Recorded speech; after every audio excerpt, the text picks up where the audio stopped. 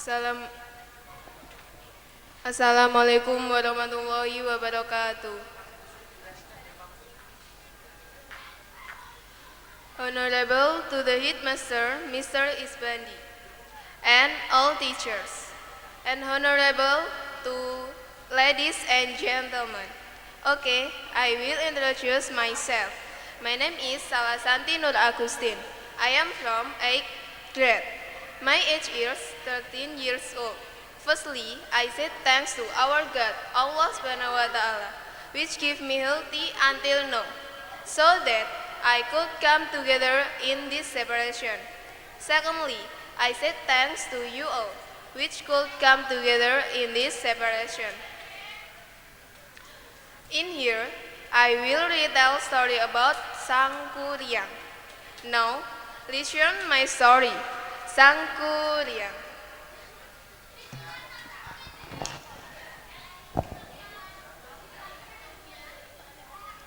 Long time ago in West Java, lived a beautiful girl named Dayang Sumbi.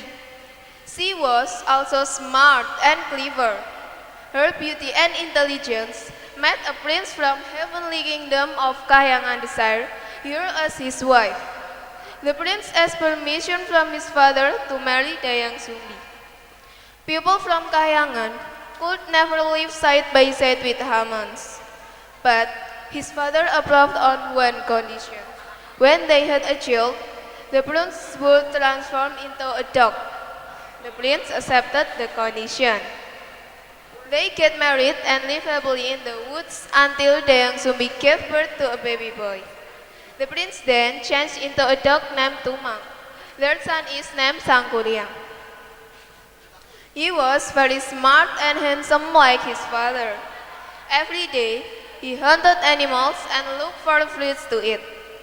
One day, when he was hunting, Sangkuriang accidentally killed Tumang. His arrow missed the deer retargeting and hit Tumang instead. He went home and tells her mother about the dog. What? Dayang Sumbi was appalled. Driven by sadness and anger, she grabbed a weaving tool and hit Sangkuriang's head with it. Sangkuriang feels sad and also confused. How can his mother love a dog more than him? Sangkuriang then decided to go away from their home and went on a journey. In the morning, Dayang Sumbi finally stopped crying. She started to feel better, so she went to find Sangkuriang. But her son was nowhere to be found. She looked everywhere but still couldn't find him. Finally, she went home with nothing. She was exhausted. She fell asleep, and in her dreams, she meets her husband. Dayang Sumbi, don't be sad. Go look my body in the woods and get the herd. Soak it with water and use the water to bathe. You will look young forever, sighed the prince in her dreams.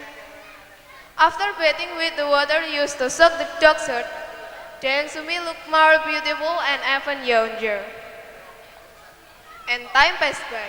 Sangkuriang on his journey stopped at a village and met and fell in love with a beautiful girl. He didn't realize that the village was his homeland and the beautiful girl was his own mother, Dayang Sumbi.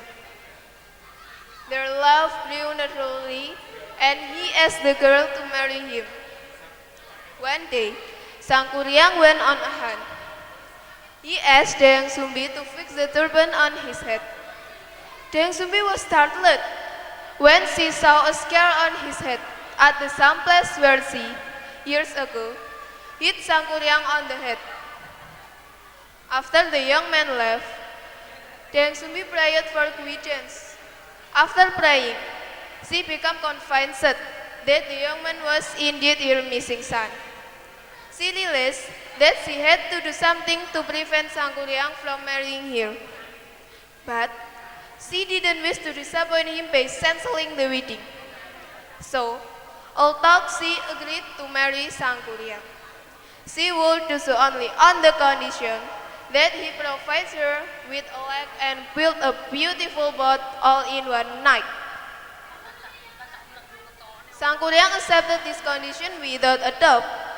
He had spent his youth studying magical arts. After the sun went down, Sangkuriang went to the hill. Then he called a group of genii to build a dam around Citarum River. Then he commands the genie to cut down trees and build a boat. A few moments before dawn, Sangkuriang and his genie servants almost finished the boat. Sangkuriang's genie servants almost finished the boat. Sangkuriang grew furious with all his anger. She grabbed a weaving tool and hit Sangkuriang on the head. With all his anger, he kicked the unfinished boat. The boat flew and landed on a valley. The boat then becoming a mount called Mount Tangkuban Perahu. Tangkuban means upturned or upside down, and Perahu means boat. With his power, he destroyed the dam. The water drained from the lake, becoming a white plain, and nowadays become a city called Bandung, from the word Bandung, which means dam. Thus, my story about Sangkuriang. Okay, ladies and gentlemen, I think enough until here. If any mistake of my words, I am sorry very much to you. Once again, I said thanks to your come in here. Wabillahi taufiq wal hidayah. Wassalamualaikum warahmatullahi wabarakatuh.